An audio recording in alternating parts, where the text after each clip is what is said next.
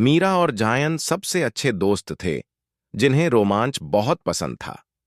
एक धूप भरी दोपहर मीरा के अटारी में खोजबीन करते हुए उन्हें एक रहस्यमयी पुरानी किताब मिली, जिसके किनारे सोने जैसे चमक रहे थे। जब वे अपने गांव के बड़े बरगद के पेड़ के नीचे बैठे और किताब को खोला, तो उसके पन्ने चमक उठे और एक जादुई कंपास की कहानी सामने आई, जो जंगल की गहराइयों में छिपे एक खोए हुए खजाने तक ले जा सकता था। उनकी आंखों में उत्साह की चमक थी और उनका वफादार कुत्ता टोगो भी पूंछ हिलाता उनके साथ था।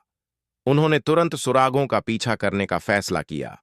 हाथ से बना नक्शा, स्नैक्स से भरा बैग और दिलों में हिम्मत लेकर वे हरे भरे जंगल की ओर निकल पड़े। ऊपर पक्षी चहचहा रहे थे और वे किताब में बताए रास्ते पर चल रहे थे। जल्दी ही एक प्राचीन पेड़ की जड़ों में उन्हें वह चमकता हुआ कंपास मिला। वह हल्की रोशनी में धड़क रहा था, मानो वर्षों से उनका इंतजार कर रहा हो। जब मीरा ने उसे उठाया, तो वह घूमने लगा और पास के झरने की ओर इशारा करने लगा।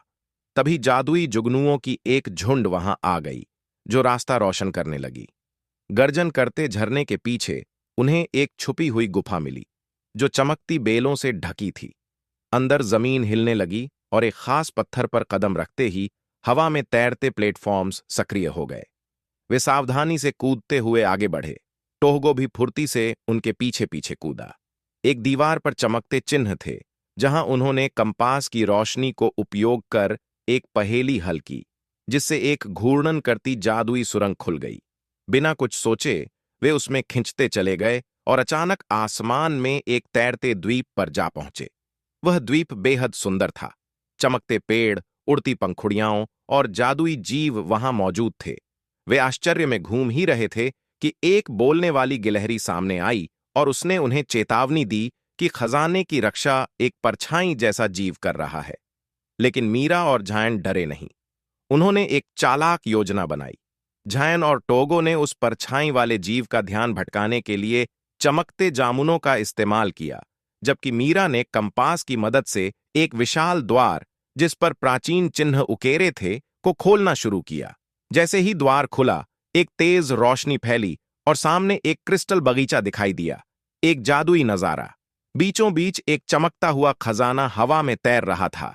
उसमें एक जादुई गोला था जो ऊर्जा से भरा था। वह एक इच्छा पूरी कर सकता था।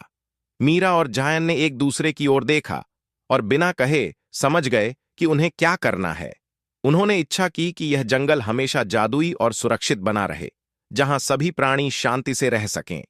जैसे ही उन्होंने इच्छा की, वह गोला आसमान की ओर उड़ा और एक चमकते सितारे में बदल गया, जो पूरे जंगल की रक्षा करने लगा। उनका यह रोमांच जंगल को हमेशा के लिए बदल चुका था।